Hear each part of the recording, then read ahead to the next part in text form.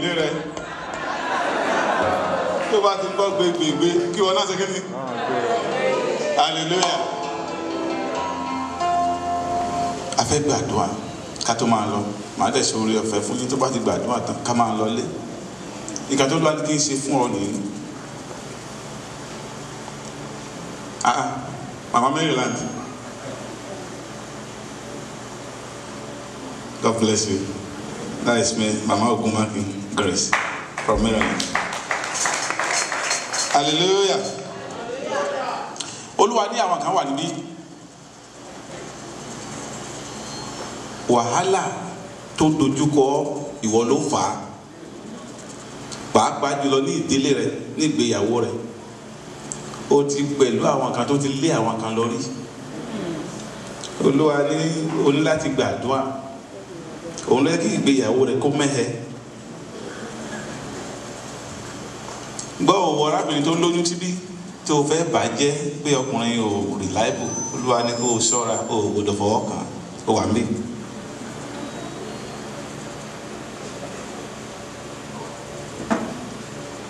Ìwé kóòtù tó lọ gbà fún divorce o gbọ́dọ̀ sáìnì rẹ̀.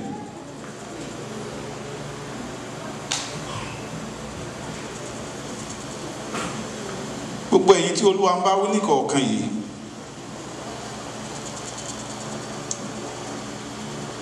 ohun tí Olúwa ní kó má ṣe o.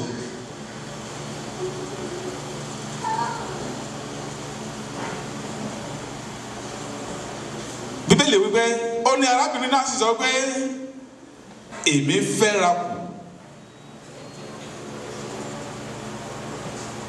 Ìwé Sáàmù kejì orí kọkànlá ẹsẹ̀ karùn-ún ó sì tọ̀ Dáfídì lọ ó sọ fún Dáfídì ó ní èmi fẹ́ra kù. Kí ni ìwọ fi fẹ́ra kù lónìí? Oyún ẹ̀ṣẹ̀ wo ni wọ́n ní? Oyún ẹ̀sìn wo ni wọ́n ní? Tiẹ̀ kó máa tẹ̀sí ẹ̀ díẹ̀ káàkiri ni. Olúwa ní kó jáwọ́ fẹ́ gbàdúrà fún ọ ni. Ó ní èmi fẹ́ra kù. Therefore I am pregnant.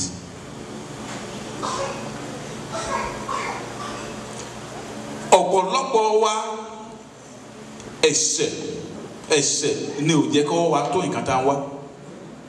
Olúwa dẹ̀ fẹ́ ká jáwọ́ lẹ́yìn àdúrà yìí lórúkọ Olúwa ó gbọ́. Mi ò gbọ́ kàmí rẹ̀. Èmi fẹ́ra kù. Wàhálà ọmọ tí ò rí bí ni ọmọ tó ti yọ káàkiri tó ti dàrú tó ti yọ dànù. Wàhálà yìí ni àwọn ló ń kégbe láti ọ̀run tó ń dà ọ́ láàmú nínú ayé. Ṣùgbọ́n kò tí ì kọjá Ọlọ́run ṣetán láti ràn ọ́ lọ́wọ́. Ṣùgbọ́n o ò gbọdọ̀ ṣe irú ẹ̀ mọ́. Ìwọ ọkùnrin tí o gbọdọ̀ rí kankan nínú skẹ́ẹ̀tì ojú ẹ̀ máa sáná bíi pọ́ńtà bẹ́ǹsì yà Olúwa ní kó o ṣọ́ ara rẹ̀ hallelujah. Ṣe lójú ẹ̀ máa bu náà yà wà bí ọ̀bọ̀kún hallelujah. Ìwọ náà wọ́n dẹ̀ ń gbé ọ lẹ́gbàá tí o ṣe drive through wọ́n tẹ̀sí ẹ lókun wọ́n tẹ̀sí ẹ lókun. Dìde dúró mo fẹ́ gbàdúrà fún ká máa lọ ní. O ti gbàdúrà Ọlọ́run ẹ̀ sọ pé òun ti fẹ́ ràn ọ́ lọ́wọ́ ṣùgbọ́n o gbọ́dọ̀ yàgò. Kí ló pé? O ò lè máa mú Ọlọ́run lékè ẹ̀rí tó nípa lẹ́yìn àdúrà yìí yóò jẹ́ tirẹ̀. Ẹ̀rí tó ṣe gbámú. Ẹ̀rí tẹ́nikẹ́ni tí ò lè sọ pé kí l'Olúwa ṣe.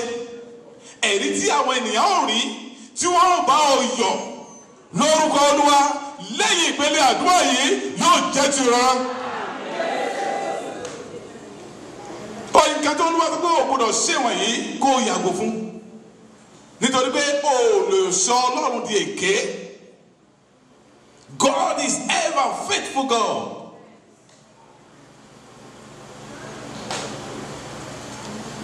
O lè wẹ́rẹ́wẹ́rẹ́ tó ń jà ní Olúwa ní kó o ṣe kíni. Kó máa jí kírẹ́díkà kó máa ṣe kí kó máa jí kí oníke Olúwa ní kó ṣe kíni jáwọ́ ń bẹ̀. Tó o bá tó lọ wọ́n mú ọ.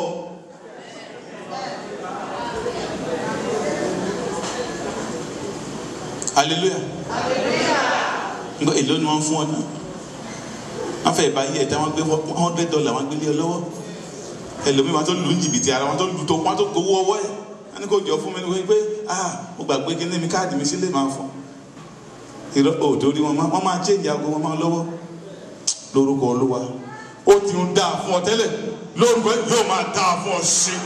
Náà wọ́n rẹ̀ méjì sókè sọ pé Olúwa ní àṣálẹ́ yìí Ọlọ́run gbà mí kúrò nínú oyún ẹ̀ṣẹ̀, kúrò nínú oyún ẹ̀ṣẹ̀. Olúwa gbà mí, ẹgbọ́n tó lè kẹ́ ìgbàdúrà ọ̀la. Gíga ayé èyí tí àwọn ènìyàn ìka ń rìn mọ́lẹ̀ lórúkọ ogun ọ̀rọ̀ fàyọ. Lórúkọ Jésù Kristo ó dẹni ìgbéga, ó dẹni ìbùkún.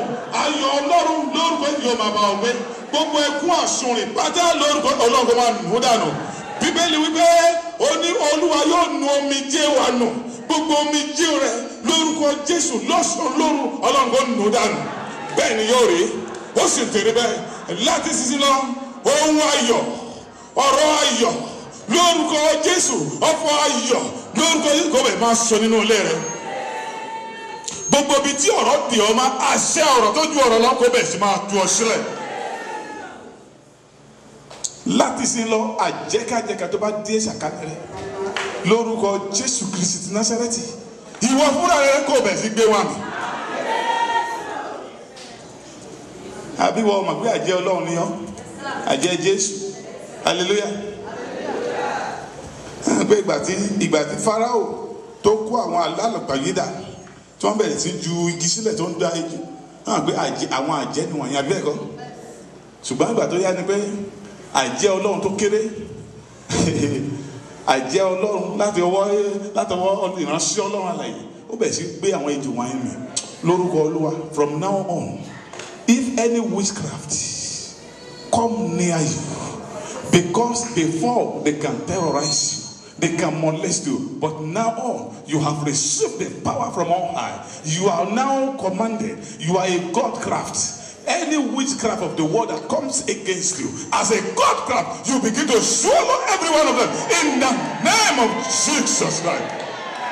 Witchcraft has nothing, it has no power before godcraft. The Bible says, it said, and the lion is the strongest beast among the animals, and he turneth not his back against any. So from now on, and you are the lion of the tribe of the land of Judah, from now on, every lion of this world, you shall swallow them in the name of Jesus Christ. Every struggle in your life come to an end today. Every barrier between you and God is broken down. Every wall that is barricading you from your blessing and breakthrough, tonight they are uprooted in the name of Jesus.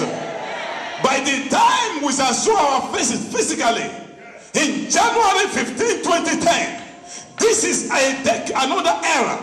This year, this decade, and this year, you cannot have 2010 again. It is 2010, another decade. 2009 decade end in 2009. As another chapter of another decade will be opened in 2010. I pray and I command every blessing that is for you, that is still hiding somewhere, is released to you from heaven in the name of Jesus. The blessing of the decade of 2010, the blessing of the decade of 2010 will be released to you as from day one in the name of Jesus Christ. Thank you, Heavenly Father. Blessed be your name. As you go, the mark of safety is upon you.